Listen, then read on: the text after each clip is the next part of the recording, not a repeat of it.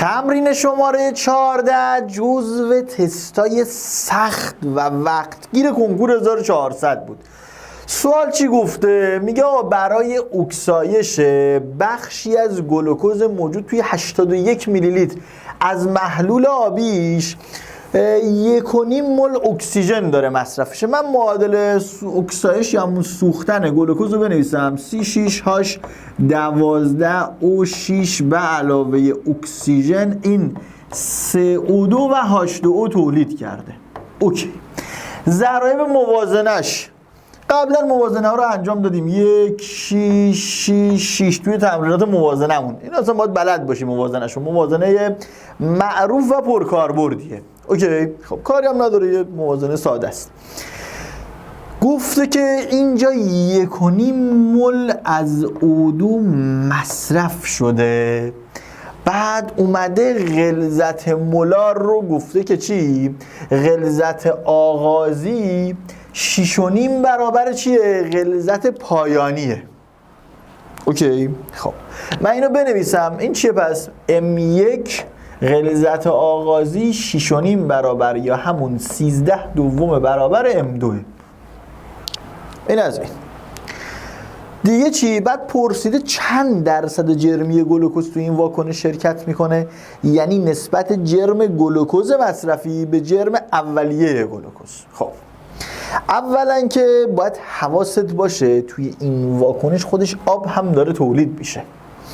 ببین اگر 1.5 مول اکسیژن مصرف شده چند مول گلوکوز مصرف شده؟ مول به ضریب بنویسم، ضریبشن 6. این دلتا N گلوکوز به ضریبش که چند؟ 1.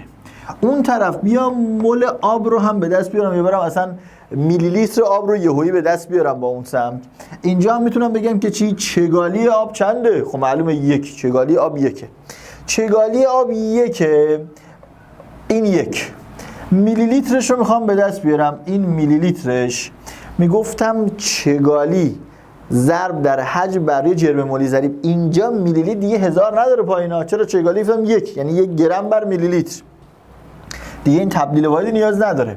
خب ضریب 6 جرم مولی ضریب، جرم مولیش هم 18. اینا رو بیا ساده بکنیم. خود 1.5 رو با 6 میشه ساده کرد. این میشه 1، این میشه 4. اوکی. الان دلتا N این پیدا شد دیگه. دلتا N چقدره؟ 1/4 یا همون 25 صدم. این از دلتا N. بعد میلی لیتر آب چقدره؟ 4 رو هم میشه با 18 و 6 ساده کردی. یه دوش رو با 6 بزن، این میشه چند؟ 3. یه دوش رو هم با 18 بزن، یعنی میخوش یک مرتبه. این میشه 3، این هم میشه چند؟ 9. 9 تا 27 تا. پس میلی لیتر آب تولیدی هم به دست اومد چقدر؟ میلی لیتر H2O به دست اومد 27. خب من چیکار میتونم بکنم؟ این غلظت مولاره نبود، اینو بنویسم N1 یعنی مقدار مول اولیه به حجم اولیه که چقدر بود؟ 81 میلی لیتر بود، برابر است با 13 دوم یا همون 6.5 برابره M2 که چی بود؟ N2 یعنی مول ثانویه یا مول باقی مانده بر روی حجم آبی که الان ببین 27 میلی لیتر هم آب اینجا تولید شده. 81 میلی لیتر به علاوه 27 میلی لیتر میشه چقدر؟ 81 به علاوه 27 108 میلی لیتر آب. غلظت مولار همین بود دیگه. مول به چی؟ به حجم. چون دو طرف هم میلی لیتره تبدیل به لیتر هم نمیخواد. اوکی، ببرم کار رو جلو. من اینجا میتونم اینا رو ساده بکنم. 81 به 9 بشه 9 مرتبه. 108 هم به 9 بشه چند؟ 12. 12 به 3 میشه 4. اینم به 3 میشه چند؟ 3. یعنی به چنین رابطه ای میرسم. 9 یعنی N1 بر روی 3.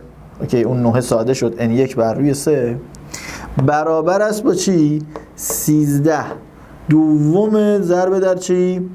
N2 بر روی 4. اینو یهویی میتونم مثلا 2 4 تا 8 تا. اوکی، اینم یهویی بنویسم 8. 2 ضرب در 4 رو نوشتم 8. اوکی، 13 هشتم N2. خب از اینجا میشه یه رابطه‌ای برای N1 در آورد. گفتش که N1 برابر است با 13 ضرب در 3 میشه چند؟ 39 هشتم N2. این از این. خب من چی گفته بودم؟ گفته بودم که دلتا n برابر است با چقدر؟ 25 صدم. آره دیگه دلتا n برابر 25 صدمه. من n1 رو باید پیدا بکنم ببینم چقدر. یا میتونستم اینو برعکس n2 رو بر حسب n1 بنویسم، فرقی نمیکنه. حالا n2 رو بنویسم باز به نظرم بهترم هست.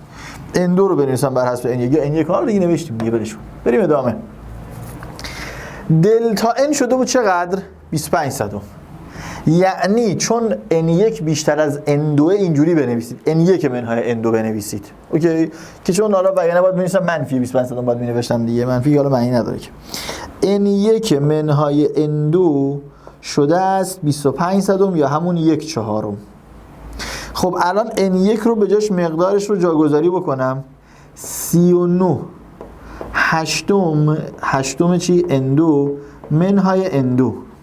ببین از n2 فاکتور بگیر میشه 39 هشتم منهای 1. 1 یعنی چی؟ یعنی همون 8 هشتم دیگه. خب برابر است با 1/4. از این نتیجه میگیرم از n2 فاکتور 39 هشتم منهای 8 هشتم میشه 31 هشتم n2 برابر است با 1/4. جوابش چقدر میشه؟ n2 برابر است با 8. این 8 و 4 که با هم ساده میشن دیگه، درسته؟ این 8 میشه 2 مرتبه 4، این میشه 1، یعنی 2/31. این از n2 به دست اومد. حالا n2 رو دارم از اینجا بیا n1 رو هم به دست بیارم. n1 هم به دست میاد چقدر؟ به جای n2 جاگذاری بکنم 2/31. اوکی؟ این دوش با این ساده میشه، با این بنویسمش 39 هشتم 2/31. اوکی؟ این 2 با این 8 ساده شد، این 4. خوبه؟ پس جواب چقدره برای n1؟ n1 هست 39 بر روی 4 ضرب در 31. خب سوال از من چی خواسته؟ میگه در چند درصد این گلوکوز تو واکنش شرکت کرده.